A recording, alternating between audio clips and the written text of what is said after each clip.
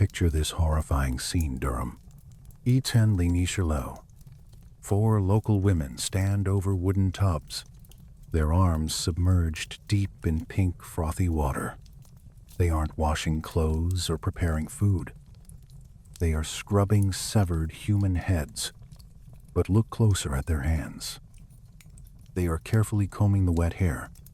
They're braiding the beards with delicate fingers. They are styling the dead with professional care. This is a transaction. For every head they make presentable, they receive 1 cow as payment. This isn't a twisted fantasy or medieval horror story.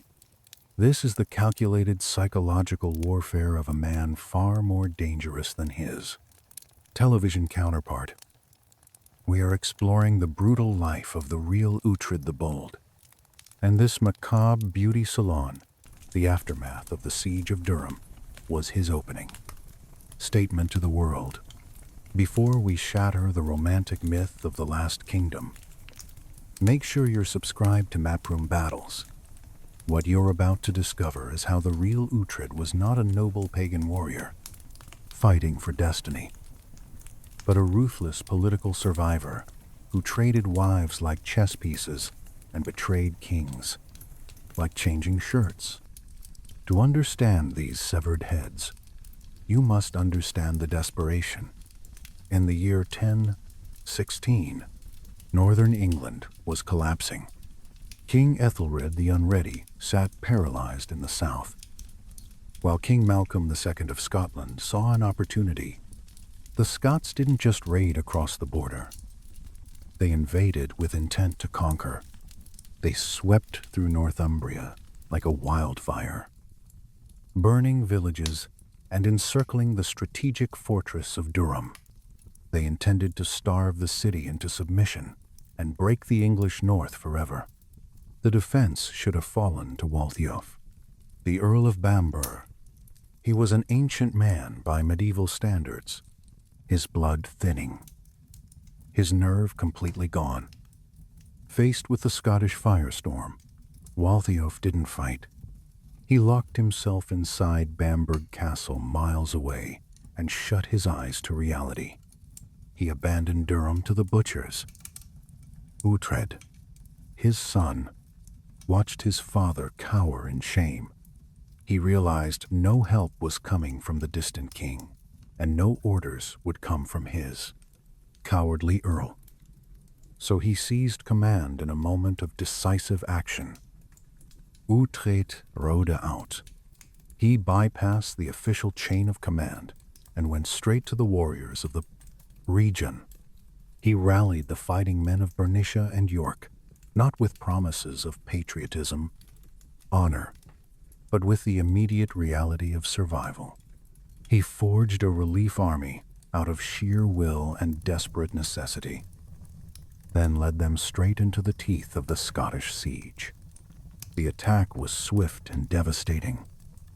Uhtred's forces caught the Scots unprepared. The relief force didn't just break the siege. They slaughtered the invaders with methodical efficiency. The fields outside Durham turned into a graveyard for the Scottish nobility. King Malcolm barely escaped with his life, leaving his best men dead in the English dirt. But a simple military victory wasn't enough for Uhtred.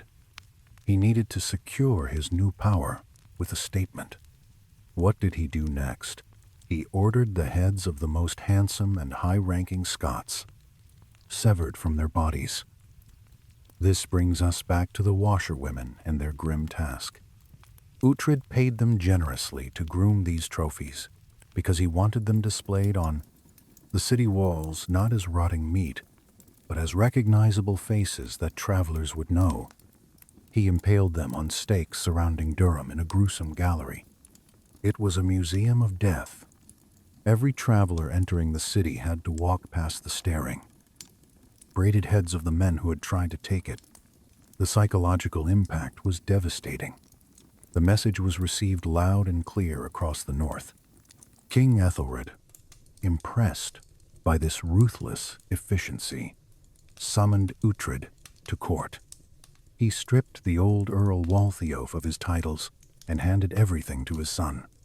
Uhtred returned north as the Earl of Bamberg and York, the undisputed master of the Yang borderlands. He had won his earldom with blood and iron. But as the Scots retreated, licking their wounds, a much darker shadow was lengthening across the North Sea. The Vikings were watching, and they liked what they saw. If you are a fan of The Last Kingdom, you likely picture Uhtred as a rugged pagan warrior born in the 9th century, fighting alongside Alfred the Great and constantly bickering with priests about religion. That character is a masterpiece of fiction created by Bernard Cornwell. The historical reality is stranger and far more complex. The man we are tracking lived a full century later than the fictional version. He did not fight for Alfred. He fought for Alfred's great-great-grandson. And perhaps the most shocking deviation from the screen is his relationship with God. The real Uhtred was not a pagan outsider mocking the church. He was its most vital business partner in the north. To secure his grip on the region, Uhtred understood that swords alone were not enough. He needed legitimacy in a Christian society. In Anglo-Saxon England, the church held the keys to power, land, and administrative control. So Uhtred did not burn churches like his fictional counterpart. He built his dynasty upon them. His first strategic move was not a battle, but a wedding. He married Egfrida, the daughter of Bishop Alden of Durham. This was strictly forbidden by canon law. Bishops' daughters were not exactly on the bridal market. They weren't supposed to exist. But in the pragmatic north, rules were flexible. This union brought Uhtred massive estates that belonged to the church. He didn't steal the land through violence. He married it through contract. In return, he became the bishop's enforcer and protector, far from the anti-Christian sentiment we see on TV. The real Uhtred personally assisted in clearing the ground for the construction of Durham's first cathedral. Picture the ferocious warlord, not desecrating holy ground, but hauling stones and directing laborers to build the very altar his fictional counterpart would have despised. Can you imagine the contradiction? But Uhtred of Bamberg was loyal only to his own ambition. When the political winds shifted, so did his affections. After securing his power base in Bernicia through the bishop's daughter, he looked south to York. To rule the Danish-influenced population there, he needed a different kind of alliance. He found it in Ziga, the daughter of a wealthy magnate named Styr. There was just one problem. Uhtred was already married to the bishop's daughter. Most men would hesitate at this obstacle. Uhtred simply sent Egfrida back to her father like returning defective merchandise. He repudiated her, essentially firing his wife because she had outlived her political usefulness. The bishop was furious and humiliated. He reclaimed the church lands he'd given as a dowry. Uhtred didn't care. He had already moved on to his new bride and the new territory she represented. Styr, his new father-in-law, was a man of specific tastes and demands. He agreed to give Uhtred his daughter and his support in York, but only if Uhtred promised to kill Styr's worst enemy. That enemy was a nobleman named Thurbrand the Bold. Keep that name burned in your mind. By agreeing to this contract killing, Uhtred didn't just gain a wife. He inherited a blood feud that would eventually consume him and his descendants. Yet even 2 wives were not enough for a man on this trajectory. After his victory at Durham, King Ethelred offered the ultimate prize, his own daughter, Princess Elfgifu. For the 3rd time, Uhtred reshuffled his domestic arrangements like playing cards. He set aside Sig to marry into the royal family. This creates a portrait of a man who treated marriage as a series of non-aggression, pacts, and territorial acquisitions. He was a serial husband, trading up at every opportunity. By marrying the king's daughter, he was no longer just a northern earl. He was family to the House of Wessex.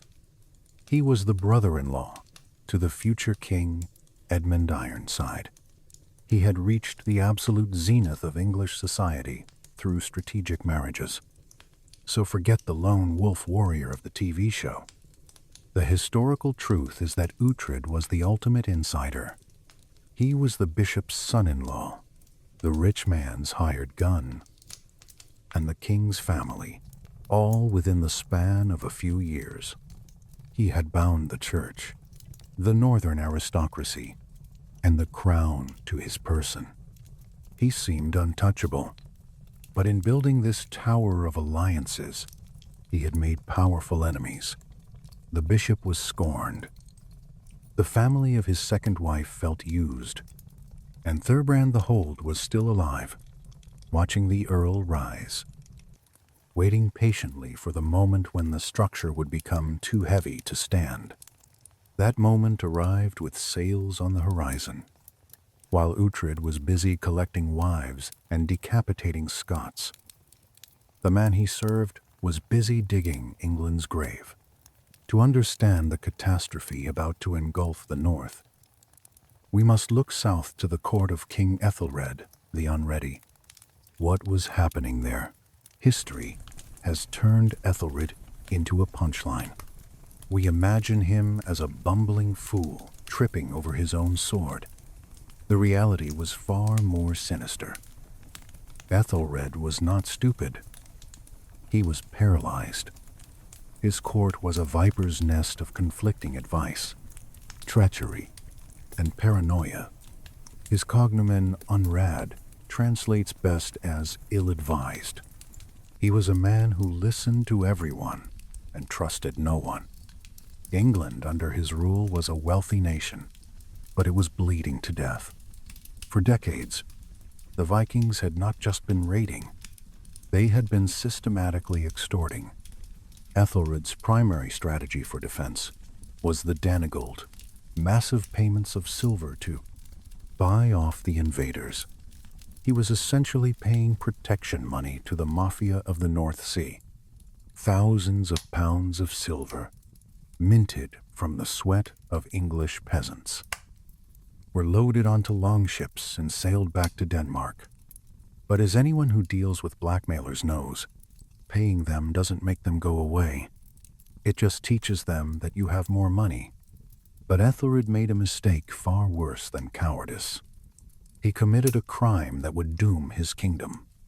Years before Uhtred rose to power in the north, the king had succumbed to a fit of terrified paranoia.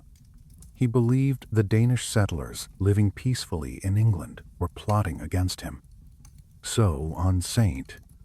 Brice's Day in 1002, he gave a secret order: slay all the Danish men who were in England. It was an act of ethnic cleansing. In towns across the south, neighbors turned on neighbors. Danish merchants were hacked down in the streets. Families were burned alive in churches where they sought sanctuary. Among the victims, it is whispered, was Gunhild, the sister of the King of Denmark. Ethelred had sown the wind. Now Uhtred would have to reap the whirlwind. The King of Denmark was Sweyn Forkbeard. He was not a petty raider looking for silver. He was a monarch, a brilliant general, and now a man consumed by cold, hard rage. He didn't want gold anymore. He wanted the crown. He wanted Ethelred's head. By Tishon's Trunashtje, Sweyn's retribution arrived. This wasn't a raiding party. It was an invasion force of terrifying discipline. The Anglo-Saxon Chronicle describes the devastation with chilling simplicity they lit. their war beacons as they went. They burned their way across the country, turning the wealthy south into a smoking ruin. Ethelred did what he did best. He froze. The English resistance in the south crumbled. Earls surrendered. Thanes fled. The entire structure of the English state began to liquefy under the heat of the Danish advance. Up in the north, Uhtred stood watching. He watched the reports coming in from the south, like a weather forecast predicting a hurricane. He had secured the border against the Scots. But the Scots were nothing compared to Sweyn Forkbeard. What choice would Uhtred make? Uhtred was the most powerful man in England's north, the king's son-in-law and the supposed guardian of the realm. But he was serving a king who had already lost. The dilemma Uhtred faced was brutal. Loyalty in the 11th century was not an abstract concept. It was a contract. You fight for the king, and the king protects you. But what happens when the king cannot protect anything? What happens when staying loyal means suicide for your people? Sweyn Forkbeard marched north. He anchored his fleet in the River Humber, right on Uhtred's doorstep. He didn't attack immediately. He waited. He knew Uhtred's reputation. He knew about the heads on the walls of Durham. Sweyn offered a choice, unspoken but clear: bow to the new power and keep your lands, or bleed for a ghost king who has already abandoned you. The Earl of Bamberg looked at his armies. He looked at the devastating power of the Danish fleet. And he looked south, where his father-in-law Ethelred was hiding in London. Uhtred made his calculation. In the late summer of 1013, Uhtred rode south. He did not ride to fight. He rode to Gainsborough, to the camp of the invading warlord Sweyn Forkbeard. This moment defines Uhtred of Bamberg more than any battle. He was the king's son-in-law. He was the hammer of the Scots. He was the supposed shield of the north. And yet, he was the very first major English noble to bend the knee to the Dane. He didn't just surrender. He set a trend. Following his lead, the entire population of Northumbria submitted. Then, the 5 boroughs of the Danelaw followed suit. By capitulating, Uhtred handed Sweyn the keys to the kingdom. Was he a coward? Far from it. Uhtred was a realist. He saw that Ethelred's cause was a rotting corpse, and he refused to let his people be buried with it. He chose a living Danish king over a dying English one. His bet paid off immediately. Sweyn swept south, took London, and forced Ethelred to flee into exile in Normandy. For a brief, shining moment, Uhtred had backed the winner. The north was safe. His position was secure. Then history played its cruelest joke. On February 3rd, just weeks after becoming the master of England, Sweyn Forkbeard sat down for dinner and simply dropped dead. Some chroniclers say he fell from his horse. Others claim he was struck down by the ghost of Santé. Edmund. The medical reality was likely apoplexy, a stroke. The most powerful man in the northern world was gone before he could even be crowned. The vacuum he left was catastrophic. The Danish fleet immediately proclaimed Sweyn's younger son, Snot the Great, as the new ruler. But the English nobility saw a chance to take their country back. They sent a message to the exiled Ethelred in Normandy. They invited him back, but with a condition that reads like a modern prenup. What was Uhtred's move? They would accept Ethelred only if he promised to rule them more justly than he had before. Ethelred agreed. He sailed back to England with a renewed sense of vengeance, and this put Uhtred in a terrifying position. He had just betrayed his father-in-law to serve a Dane who was now dead. He was caught on the wrong side of the line. Most men would have fled into exile. Uhtred recalculated. He looked at the young, inexperienced Cnut, and he looked at the returning vengeful Ethelred. He realized the Danes were temporarily leaderless and confused. So Uhtred flipped again. He rolled to Ethelred, likely fell to his knees, and pledged his loyalty back to the man he had abandoned months earlier. It was a masterclass in audacity, and surprisingly, Ethelred accepted it. The king needed Uhtred's swords too much to execute him for treason. United once more, Uhtred and Ethelred marched on the Danes. Young Cnut, not yet the legendary emperor he would become, was caught off guard. He wasn't ready for a full-scale war against the united English armies. Cnut fled to his ships and sailed away to Denmark, but not before leaving a gruesome parting gift. He had taken hostages from noble English families. Before sailing, he cut off their hands, ears, and noses, and dumped the mutilated captives on the beach at Sandwich.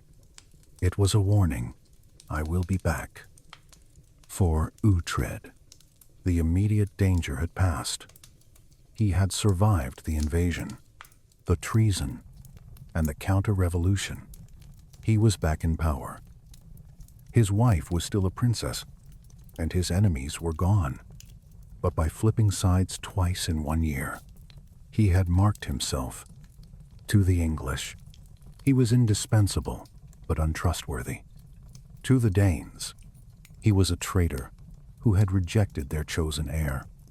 Uhtred had survived the tsunami, but the water was receding to reveal a landscape full of sharp rocks. And Cnut was not a man who forgot a grudge. In the summer of 1015, the nightmare returned. King Cnut the Great sailed back to England, and this time he brought an armada of 200 longships. These weren't ragtag raiding parties of the past. These were professional soldiers, their shields overlapping, their purpose singular total conquest. England fractured immediately. The southern aristocracy, led by the infamous traitor Edric Striona, defected to Cnut almost instantly. Edric is a character who deserves his own documentary, a man so treacherous he makes modern political betrayers look like amateurs. But for our story, all you need to know is that he took 40 ships and handed them to the Danes. King Ethelred was dying in London. The defense of the realm fell to his son, Prince Edmund Ironside. Edmund was the warrior his father never was, brave, physically imposing, and utterly relentless. But he couldn't fight a war on two fronts alone. He needed the north. He needed Uhtred. Would Uhtred answer the call? Uhtred answered the call. He rode south, uniting his hardened Northumbrian veterans with Edmund's remaining loyalists. On paper, this was the dream team, the legendary northern warlord and the indomitable southern prince. Together, they should have marched straight at Canute. But here is where the history gets dark. Instead of attacking the Danes immediately, Uhtred and Edmund turned their swords against their own countrymen. They launched a scorched earth campaign through Staffordshire and Shropshire, lands controlled by the traitor Edric Striona. Picture the scene: Uhtred, the supposed protector, burning English villages, slaughtering English cattle, and destroying English harvests. It was a brutal message to anyone thinking of joining Cnut traitors will not be governed they will be erased. This wasn't a heroic defense of the realm. It was a punitive civil war, while Uhtred and Edmund were busy burning the Midlands. Cnut made a move of tactical brilliance. He didn't take the bait. He didn't march to defend his allies. Instead, he looked at the map and saw a gaping hole. With Uhtred fighting in the south, Northumbria was completely undefended. Cnut marched his army north, bypassing the English forces entirely. He aimed straight for York. It was checkmate. News reached Uhtred in the smoking ruins of Staffordshire. The Danes are in your home. The psychological blow was devastating. If Uhtred stayed with Edmund, Cnut would burn York and Bamberg to the ground, slaughtering Uhtred's people and family. If he marched north to save them, he would have to abandon Edmund and leave England's southern flank exposed. Uhtred did the only thing a feudal lord could do. He chose his own lands over the kingdom. He abandoned Edmund Ironside and raced north, hoping to intercept Canute before it was too late. But Canute was too fast. By the time Uhtred crossed the Humber, the Danes already held the strategic advantage. The north was effectively occupied. Uhtred found himself trapped. He had no army large enough to dislodge Canute, and his ally, Edmund, was now fighting for his life in the south. The game had been played, and Uhtred had been outmaneuvered. The reality set in resistance was impossible. To save his people from massacre, Uhtred of Bamberg had to do the unthinkable. For the second time in his life, he had to submit to a Danish conqueror. He sent messengers to Canute, asking for terms of surrender.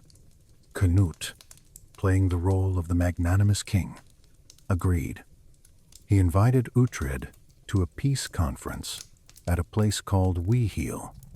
He promised the earl safe conduct, a sacred guarantee that no harm would come to him.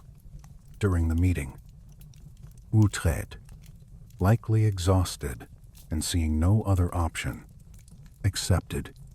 He prepared to ride to Weeheel, believing that his value as a northern ruler would keep him alive. He was catastrophically wrong. He wasn't riding to a negotiation.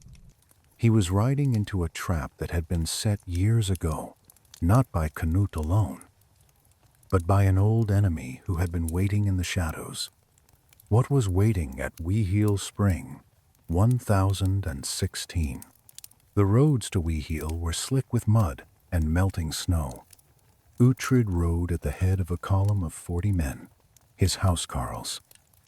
The elite bodyguards sworn to die for him. They were the finest warriors in Northumbria, clad in mail and bearing the great axes that had cleaved through Scots and Danes alike. But as they approached the meeting place, their weapons were sheathed. They were traveling under Grith, the ancient concept of safe conduct. In the Norse and Anglo-Saxon world, this was more than a promise. It was a sacred legal status. To harm a man under safe conduct was to curse oneself before gods and men. Uhtred had every reason to be cautious, yet he rode with the confidence of a man who believed himself indispensable.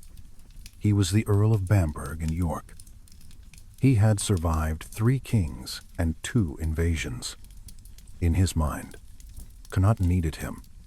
Who else could hold the northern border against the Scots? Who else commanded the loyalty of the Bernician aristocracy? Canute was a pragmatist, not a butcher. Surely the young Dane would want to employ Uhtred, not destroy him. But Uhtred had made a fatal miscalculation. He assumed Cnut viewed him as an asset. In reality, Cnut viewed him as a liability. Consider the resume Uhtred was bringing to the table. He had betrayed Ethelred for swine. He had betrayed the memory of Sweyn to go back to Ethelred. He had fought against Cnut, then sued for peace when cornered, to Canute, a man who valued loyalty above all else. Uhtred was not a powerful lord. He was a weather vane, spinning in whatever direction the wind blew, and Canute had no intention of building his new empire on shifting sands. Waiting at Wihil was not just the king. Also present was a man named Thurbrand the Bold. You will remember him. Years ago, Uhtred had married a rich woman named Sieg on the condition that he would kill Thurbrand. Uhtred had taken the wife but failed to deliver the corpse. Thurbrand had spent those years watching, waiting, and festering with hatred. He was a magnate of the north, a man of immense local power, and he had now found a sympathetic ear in Canute. While Uhtred rode south, believing he was heading to a negotiation, Canute and Thurbrand were scripting a very different event. The king had given the order, or at least the nod.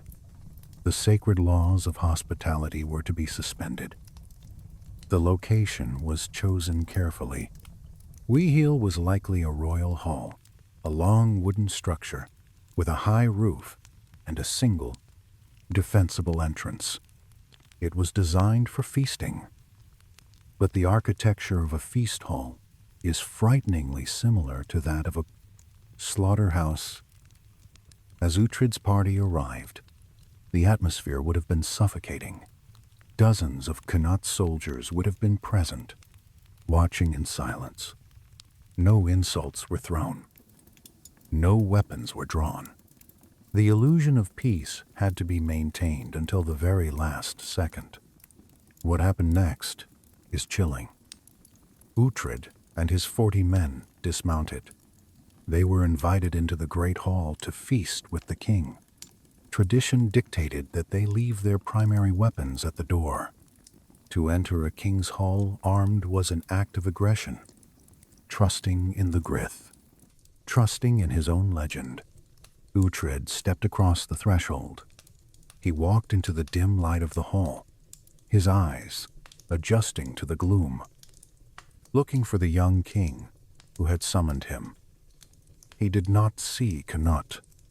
Instead, he saw a large curtain dividing the room. The hall was strangely quiet. The smell was not of roasting meat, but of stale rushes and dust. Uhtred must have paused. The instincts of a veteran warrior honed over decades of border warfare would have started screaming. Something was wrong. The air was too still. The shadows were too deep. And then the curtain moved. The fabric did not just move. It was torn aside violently. Behind the curtain stood armed men, their chainmail rattling in the silence of the hall. At their center was not King Canute, but the man Uhtred had promised to kill years ago, Thurbrand the Bold. The trap was sprung. What followed was not a duel. It was an execution. Thurbrand's soldiers poured into the hall, blocking the only exit. Uhtred and his 40 housecarls, the finest warriors in the north, were trapped in a Christ killing box. They were likely unarmed, having left their swords at the door in observance of the peace protocols. But Northumbrians are not easily butchered. We can imagine the chaos that erupted. Tables overturned, eating knives drawn, men fighting with bare hands and heavy wooden benches against mail-clad soldiers wielding swords. The violence was intimate and absolute. In the confined space of the feast hall, there was no room for maneuvers or tactics. It was a frenzy of hacking and stabbing. One by one, Uhtred's bodyguards fell. These were men who had sworn an oath to die with their lord. And at Wihil, they fulfilled that contract to the letter. Not a single man of Uhtred's retinue walked out of that hall alive. Then came the Earl himself, Uhtred the Bold, the man who had braided the heads of Scots and held the north for a decade, was cut down. There were no final words, no cinematic speeches about destiny, just the sharp bite of steel and the cold realization that he had been outplayed. Thurbrand the Bold had waited years for this moment. He didn't just kill Uhtred. He obliterated the leadership of Bernicia in a single afternoon. When the screaming stopped, the silence that returned to Wihil was heavy with the smell of iron. Knut's hands remained technically clean. He hadn't lifted a finger. He had allowed a local rival to settle a local score. It was a master stroke of plausible deniability. By letting Thurbrand commit the murder, Knut removed a dangerous, unpredictable warlord and replaced him with a vacuum he could fill. Immediately following the massacre, Knut did not mourn or show remorse. He reorganized. He appointed one of his own trusted lieutenants to rule over Northumbria. The message to the English was clear. The time of the native warlords is over. The time of the Vikings has truly begun. But what about revenge? If Knut thought that killing Uhtred would bring peace to the north, he was catastrophically mistaken. In the Anglo-Saxon world, blood calls for blood. By allowing Thurbrand to murder Uhtred, Knut had not ended the violence. He had merely started a new chapter of it. The killing at Wihil triggered a Northumbrian blood feud that would rage for generations. A cycle of vengeance so intense it would outlast the Viking Empire itself. Uhtred was dead, but his ghost was about to haunt the north for the next 60 years. When the doors of Wihil opened and the bodies were dragged out, King Knut likely thought the matter was settled. He was wrong. In the lawless borderlands of Northumbria, killing a man does not erase him. It merely transfers his anger to his kin.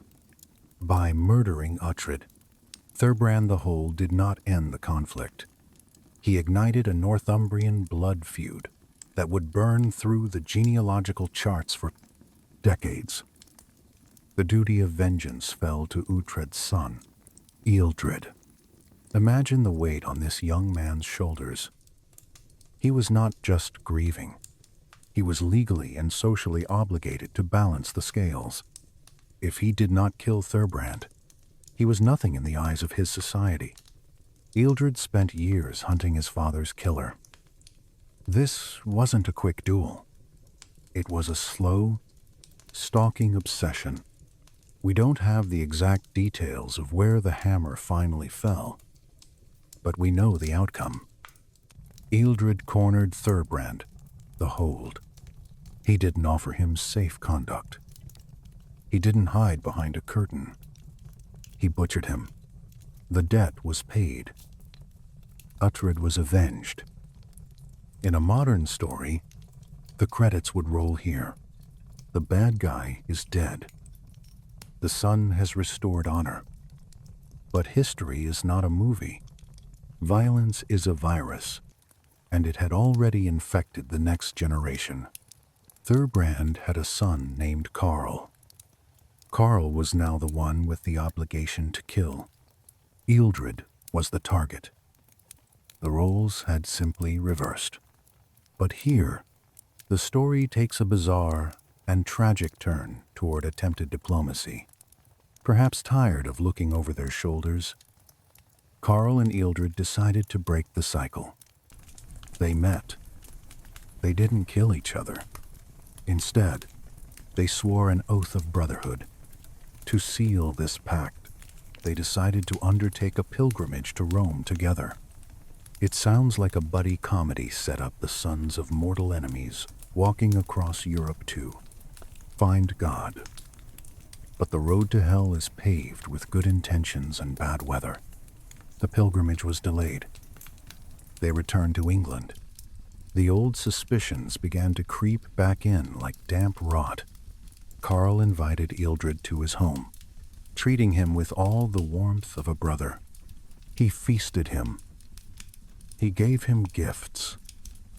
Then he suggested a ride into the forest of Risewood. It was there, under the canopy of trees, that the brotherhood evaporated. Karl turned on Uhtred. It was Weheel all over again, a betrayal of trust in a moment of peace. Uhtred was slaughtered in the dirt. What happened next? The second Lord of Bamberg had died by treachery at the hands of the same rival family. The feud was insatiable. It consumed fathers, and even grandsons. Years later, Waltheof II, the grandson of our original Uhtred, would rise to power. He would track down the sons of Karl, who had killed his father Uhtred. He found them feasting at a manor house near York. Waltheof didn't challenge them to honorable combat. He unleashed a massacre. He sent his men to block the doors and set the house on fire. Those who stayed inside burned to death, screaming. Those who ran out were cut down by swords waiting in the darkness. Waltheof stood outside watching the flames consume the men who had murdered his father, fulfilling a blood debt that had started half a century earlier with a curtain opening at Weheel. This is the true legacy of the real Uhtred the Bold. He didn't leave behind a united kingdom or a peaceful dynasty. He left behind a slaughterhouse that spanned 3 generations. His life proved that in the 11th century, power was not a prize you won and kept. It was a debt you accrued, and eventually, the creditors always came to collect. The feud that began in a muddy feast hall eventually collided with the end of a world. By 1066, the political landscape of England had shifted tectonically. The Danes were no longer the threat. The Normans were the new masters. William the Conqueror sat on the throne, and the old Anglo-Saxon aristocracy was being systematically dismantled, brick by brick. Amidst this new order, one man remained standing, Waltheof II, the grandson of our original Uhtred. Waltheof was a relic, the last great English earl in a kingdom ruled by French-speaking invaders. He possessed the physical strength of his grandfather. Chroniclers describe him as a giant of a man, capable of decapitating several Normans with a single swing of his axe at the Battle of... But like his grandfather, Waltheof had a fatal flaw. He did not know when to stop playing the game.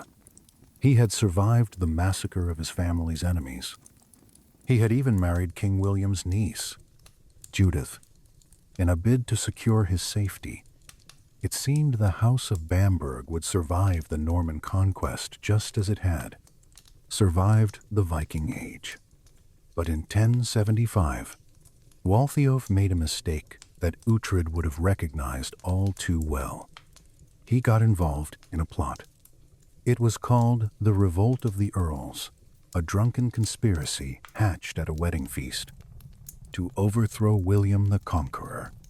Waltheof, likely realizing the plan was suicidal, tried to back out. He went to the church, confessed his sin, and even traveled to Normandy to beg William for forgiveness personally. He expected mercy. After all, he had betrayed the conspirators to save the king. But William the Conqueror was not Ethelred the Unready. What was William's response? He was not a man who engaged in blood feuds or negotiated with slippery warlords.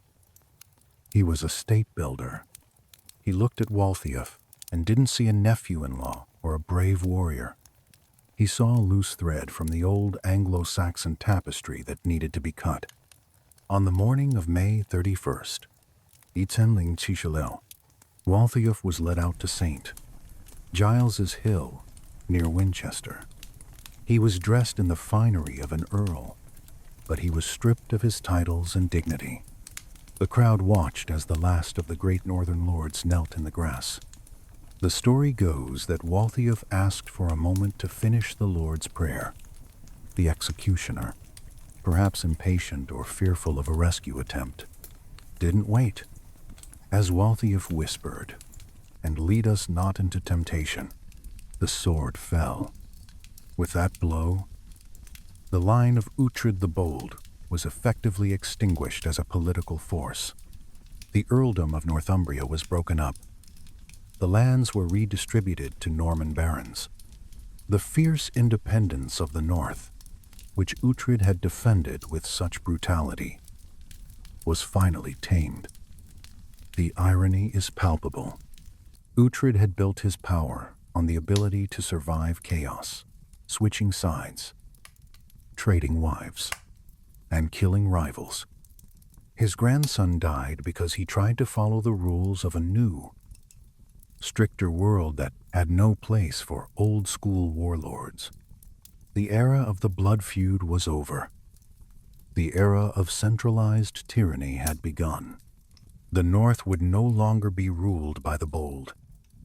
It would be ruled by the bureaucrats. If you go to Durham today, you won't see severed heads on stakes. You will see a magnificent cathedral, a UNESCO World Heritage Site, standing on the first, very ground where Uhtred's washerwomen once scrubbed the gore from his trophies. The stones of that cathedral were laid in part by Uhtred's own hands. It stands as a silent monument to the duality of his life. He was a builder of churches and a butcher of men. So who was the real Uhtred the Bold? He was not the brooding pagan hero of the last kingdom fighting for an idealized vision of England. He was something far more terrifying and far more human. He was a survivor. He lived in a world where the only options were to kill, to marry, or to submit. And he did all three with a ruthless efficiency that borders on the artistic. While the TV show gives us a man who screams, "Destiny is all," the historical record gives us a man who proved that destiny is actually just a series of brutal negotiations. Uhtred didn't fight for a flag. He fought for his corner of the map. He betrayed kings to save his people, and he murdered rivals to secure his borders. In the end, he was consumed by the very violence he mastered. But there is one final twist, a spark of hope in the dark. What happened to his bloodline? While the male line of Uhtred was extinguished with the axe falling on his grandson Waltheof, his blood did not die out. Through his daughter Edith, Uhtred's lineage survived. It flowed into the noble house of Neville, one of the most powerful families in medieval England. It flowed into the Scottish royal family. Paradoxically, the man who made his name slaughtering Scots became an ancestor of their kings. If you trace the family trees far enough, Uhtred's DNA is likely walking around in the British aristocracy today. We love stories like The Last Kingdom because they offer closure. The hero wins, the villain dies, and the sword is sheathed. But real history, the history of Uhtred the Bold, offers no such comfort.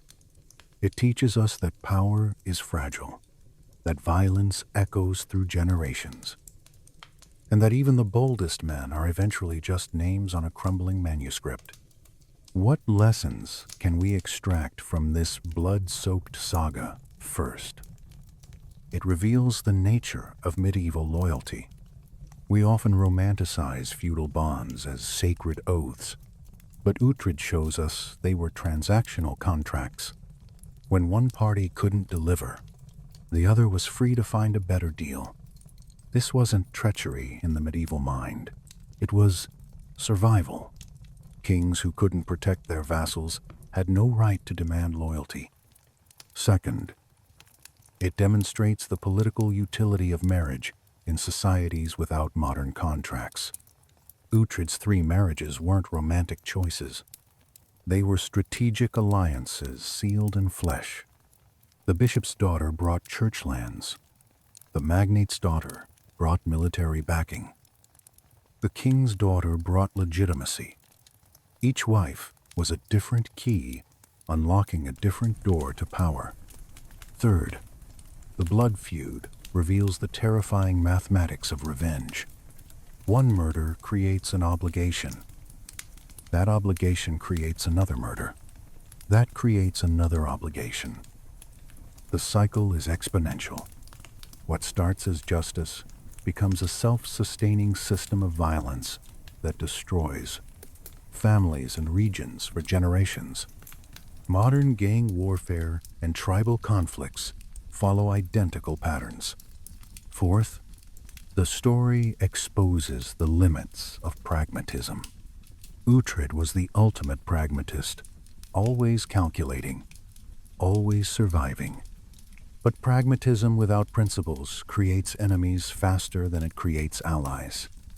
By betraying everyone, he made himself indispensable but also expendable. The moment someone more reliable appeared, he was eliminated. Fifth, the relationship between church and warrior class illuminates medieval power structures. We imagine knights as pious crusaders. Uhtred reveals the truth. The church was a political institution, and warriors were its security contractors. Cathedrals were built on the backs of men who killed for profit. Bishops' daughters married warlords in defiance of canon law. How does this connect to modern times? The parallels to modern political survival are striking. Uhtred's strategy of switching allegiances mirrors modern politicians changing parties, or corporate executives jumping between rival companies. The label changes, but the tactic remains aligned with whoever can advance your interests. The question isn't whether this is moral, it's whether it's effective. For Uhtred, it worked until it didn't. The blood feud cycle that consumed 3 generations mirrors modern cycles of retaliatory violence. Gang warfare in urban areas follows identical logic. 1. Killing demands vengeance, which demands counter-vengeance. International conflicts like the Israel-Palestine dispute or Sunni-Shia violence operate on similar principles. Someone must break the cycle or it becomes self-sustaining. The manipulation of safe conduct at Wahil reveals a timeless truth about trust in negotiations. Sacred guarantees mean nothing if one party has decided the other is too dangerous to keep alive. Modern parallels include political figures assassinated during peace talks or business, rivals eliminated during merger negotiations. When the stakes are high enough, conventions collapse. The role of women as political pawns in Uhtred's marriages reflects medieval gender dynamics. Women were currency in political transactions. Bishops' daughters, magnates' daughters, princesses, all were traded to cement alliances. While we've made progress, echoes remain in arranged marriages in some cultures and the transactional nature of some high society unions. The way Canute used Thurbrand as a proxy reveals sophisticated political calculation. By allowing a local rival to commit the murder, Canute maintained plausible deniability. He removed a threat while appearing to respect local customs. Modern intelligence agencies and organized crime use identical tactics, proxies, who can be disavowed. The fact that historians barely remember Uhtred while the Last Kingdom makes him famous reveals how entertainment shapes historical memory. We remember the stories that entertain us, not necessarily the stories that matter. This has implications for how we understand our own time. Which current events will history remember? And which will it forget? Thank you for joining me on Maproom Battles for this deep dive into the brutal reality behind a beloved TV show. If you enjoyed discovering how the real Uhtred was far more complex than his fictional counterpart, hit that like button and subscribe for more stories where entertainment myths meet historical truth. I want to hear from you. Do you prefer the honorable Uhtred of the TV show who fights for destiny and principles, or the ruthless political survivor we've met today who traded wives and betrayed kings? And if you were in Uhtred's position, would you have stayed loyal to the failing King Ethelred? Or would you have bent the knee to Sweyn Forkbeard? Share your thoughts in the comments. This story teaches us about the gap between entertainment and reality, the nature of medieval power, and the terrible mathematics of blood feuds. Until next time, remember, the real history is always more complex, more brutal, and more human than the legend. The boldest survivors are rarely the most honorable ones.